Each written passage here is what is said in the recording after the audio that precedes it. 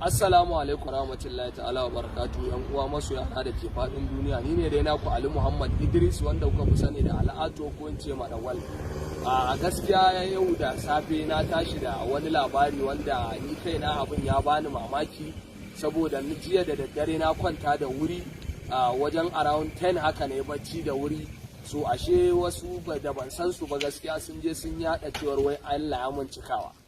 To magana ta domin Allah ni dai lafiya ta kalau kuma ba abin da ya same ni, kuma ita mutuwa dama kullu nafsin za'iqatul maut.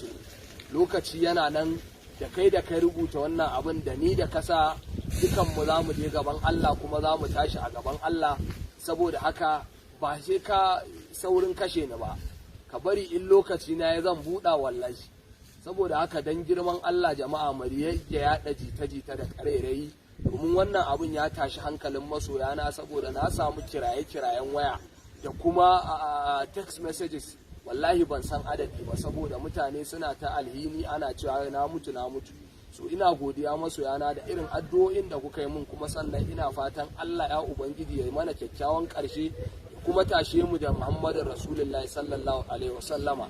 Allah ya bar mu da manzon Allah kuma ya sa mu yi kyakkyawan ƙarshe da mu baki ɗaya. Waɗanda suka yi abin nan kuma Allah ka shirye su, Allah ka ganar da su, Allah ka sa su daina. Yawwa ni ne naku dai da kuka fi sani Al'ato Madawal. Ina nan a raye ban mutu ba. Yau ranar Asabar, jiya Juma'a aka yi min wannan abin da daddaren da za mu shiga Asabar aka yi min wannan abin. Yau kuma gashi Asabar, shi yasa na ce bari in fito in yi wa masoyana bayani da Allah ku kwantar da hankalinku, ina nan lafiya lau. Saboda waɗanda suka yi abin nan wallahi al'adun lafiya ce ma wallahi na bi su. Dan kaina da kake gani kwari ne da shi wallahi. Kaga mutuwa lokacin mutuwa na zan mutu, amma in Allah yadda ba yanzu ba mun gama tsince mu mun tsince abin da muka tsinta mun ci rabon mu kafin nan kawai mu wula, ba shi kenan ba. Fatan mu dai mu yi kyakkyawan karshen mu ya kyau shine kawai. Allah ya sa mu dace. Assalamu alaikum yan uwa da abokanan arziki masoyana da ke fadin duniya. Ni ne dai naku Ali Muhammad Idris wanda kuka fi sani da Al'ato ko in ce Madawal. A gaskiya yau da safe na tashi da wani abu wanda yake da kada zuciya da kuma tashin hankali da aka jefa masoyana da a ciki, wanda na samu kiraye-kiraye da text message ban san adadi ba wai na mutu.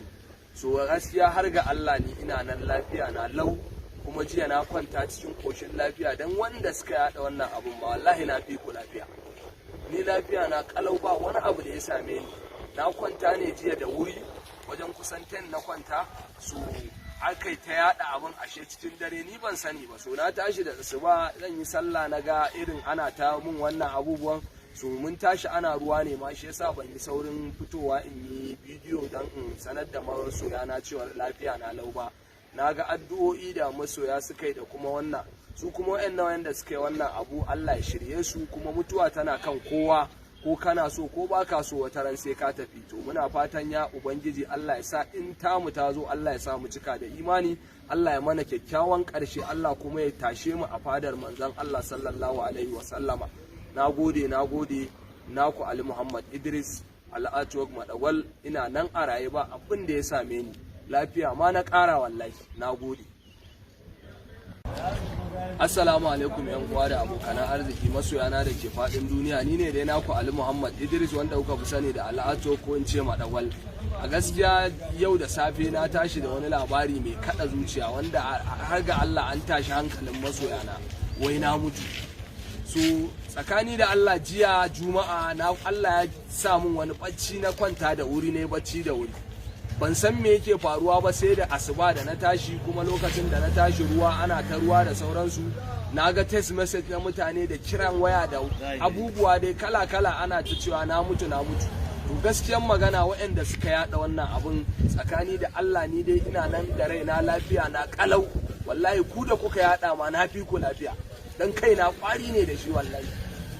Ku bari in lokaci yayi wallahi da ni da ku da kai da ka rubuta na mutu, wallahi al'azimu dukan mu za mu je gaban Allah, kuma kowa ya girba abin da ya shuka. Saboda haka mu fatan mu da ku da kowa Allah ya sa mu tashi da manzon Allah sallallahu alaihi wasallama. Allah kuma ya yafe mana zunuban mu, Allah kuma ya mana kyakkyawan karshe, Allah ya bamu abubuwan da muke na rabanmu ne a duniya Allah ka ba mu ikon cinsa. Amma ku yi haƙuri jama'a, in lokaci na yi zan buɗa, amma yanzu da saura wallahi ba yanzu ban Allah yadda sai na gama tsince na tukuna na cire mura. Fi sabilillahi jama'a, wal yakul khairan aw yasmut, haka manzon Allah ya ce ku faɗi alkhairi ko ne shi. Bai kamata haka kurin ina zaman lafiya na ka zo ka sa jama'a ka tashi hankalin masoya na haka kurin ka tada musu hankali, kowa a zo ana ta jira yan uwana da abokanai na da duk mutanen da muke harkar arziki yau na ga soyayya na ga addu'o'i kala-kala.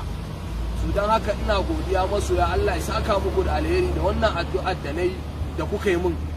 Allah ya saka muku da alheri kuma Allah ya mana kyakkyawan ƙarshe, Allah kuma ya sa mu cika da imani.